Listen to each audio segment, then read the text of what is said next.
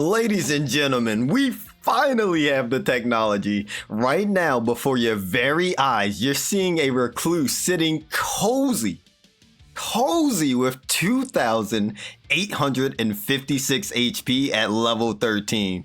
With almost more than my Raider and Guardian teammates' health bars combined. Almost. And we're not even max level. We're level 13. We had 2 more levels to go in that run. But enough talk. Let's get straight to business. Okay, so for a super quick breakdown of this build, it's meant completely for the Deep of the Night mode, and we're going to be focusing on using the new relics that they gave Recluse this update to be able to switch between being a ranged caster and a point blank melee fighter at will, basically, with a ton of HP to back it up, especially compared to just playing Recluse as normal, as she has some of the lowest HP in the game. And we're going to be making that happen by starting off with this relic. Our first relic here is a 0 RNG relic you can purchase from the collector's signboard after fighting enough Everdark bosses to farm the sigils required to buy it. This relic's whole purpose is just to give us a ton of survivability. The first passive gives us a health regen buff that goes to us and our teammates whenever our HP gets too low. The second passive also allows us to get a damage negation buff whenever our HP gets too low. And finally, it's just going to give us plus 60 to our total HP pool, which is incredibly handy when you combine all 3 of these together. And especially handy when you combine these effects with the other 5 relics we got to go through here. Our second relic here is going to be the Dark Knight of the Fathom, which you can also purchase from the collector's signboard after defeating the Everdark Augur. And I mean, good luck fighting that sentient AC 130. What do you mean that thing can just casually spawn in category 5 hurricanes, man? Why FromSoft? What? Anyways, moving on to the passives. Our first passive here is going to give us increased maximum HP, which is going to increase our HP by plus 100, which is an incredible boost to our health bar. And then the second passive is going to give us continuous HP recovery, which is really good too, because it just got buffed recently to give you even more health back over time, which just helps our survivability a ton. And the third passive basically doesn't matter because the first relic already has this passive and they don't stack, so it's just kind of there. For our third relic, this is where you either need a bit of RNG or you should just substitute it with a different relic entirely, like Dark Knight of the Beast, Evergold relic, or any other 0 RNG relic that you can boost your survivability or damage output with. Though I would highly recommend that you get your hands on the relic we're about to talk about here. The one we're talking about is activating ultimate art raises max HP. And boys, let me tell you, this relic right here can be an absolute game changer on this build. Just to put it into perspective here, at level 15 without any deep relics on, we have 900 HP, which is okay, but we could do way better. The second we use our ultimate here, boom, we jump up to 1,350 HP, which is 70 more HP than a base level 15 Guardian, aka the tankiest character in the game. And the only way that you lose the extra HP is under 2 conditions. That 30 seconds have passed, I'm pretty sure, and you get knocked below your base normal max HP threshold, which means not the bonus HP that you get, but the base one that you would have. So in this case, if you get knocked under 900 HP from this buff, then you would lose the extra HP. But it still means that an enemy to knock you down has to basically knock through your entire health bar and then half of your entire health bar all over again just to get the knock, which is incredible. But it doesn't stop there. So if you use a fire holy combination inside of your magic cocktail, once you use this, your health bar can go all the way up to 1,754 HP, which I mean, the health bar just gets pretty big at this point. But we can do better because if you guys remember, we have 3 extra relic slots for this mode. So let's put those to use, why don't we? From this point on, as far as I can tell so far, everything that will be on all of these relics is complete RNG, and you're just gonna have to roll for them. But if you can get your hands on these following 3 relics, you'll be so set.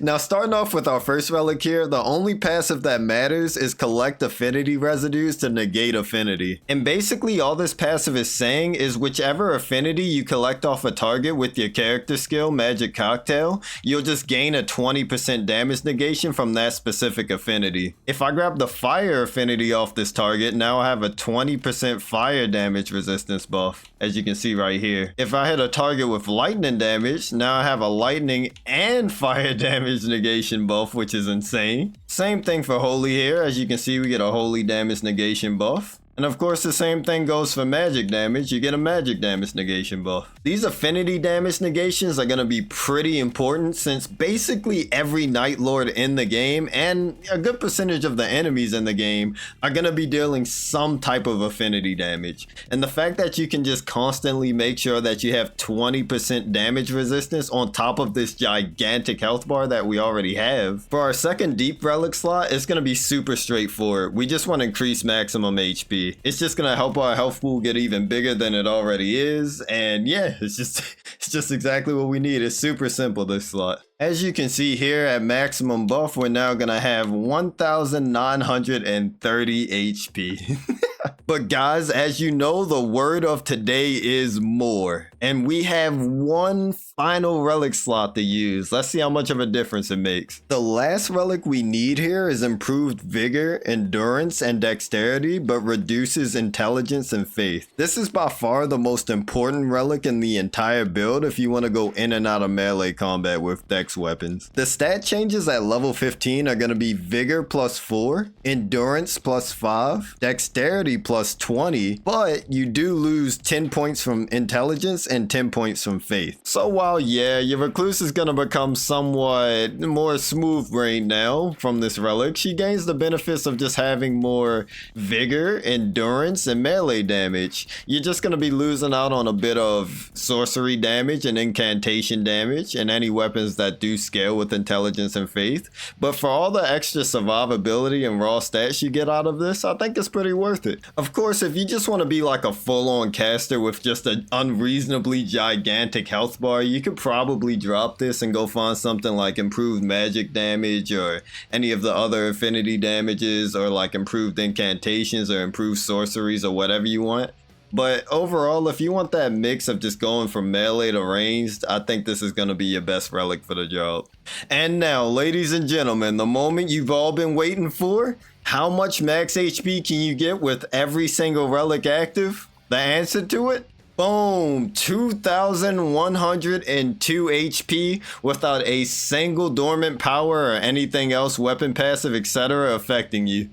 You can do all of that before you even enter the dungeon. Yeah, you know, technically you can't because you gotta hit level 15 first, but you guys know what I mean. That's how much HP you can use without a single third-party interference after you set this up like this, which is absolutely absurd HP. That amount of HP is legitimately more HP than the Crucible Beast on a base level 15 Executor, which, I mean, there's not even any words for that, guys. That's how much HP this setup can get you. It's absurd. And of course, you can go even further beyond that for HP. The way you're going to want to increase your health from here is during your runs, just keep an eye out for anything that increases your maximum HP. Whether it's a dormant power or a weapon passive if you want to keep growing your health bar even further.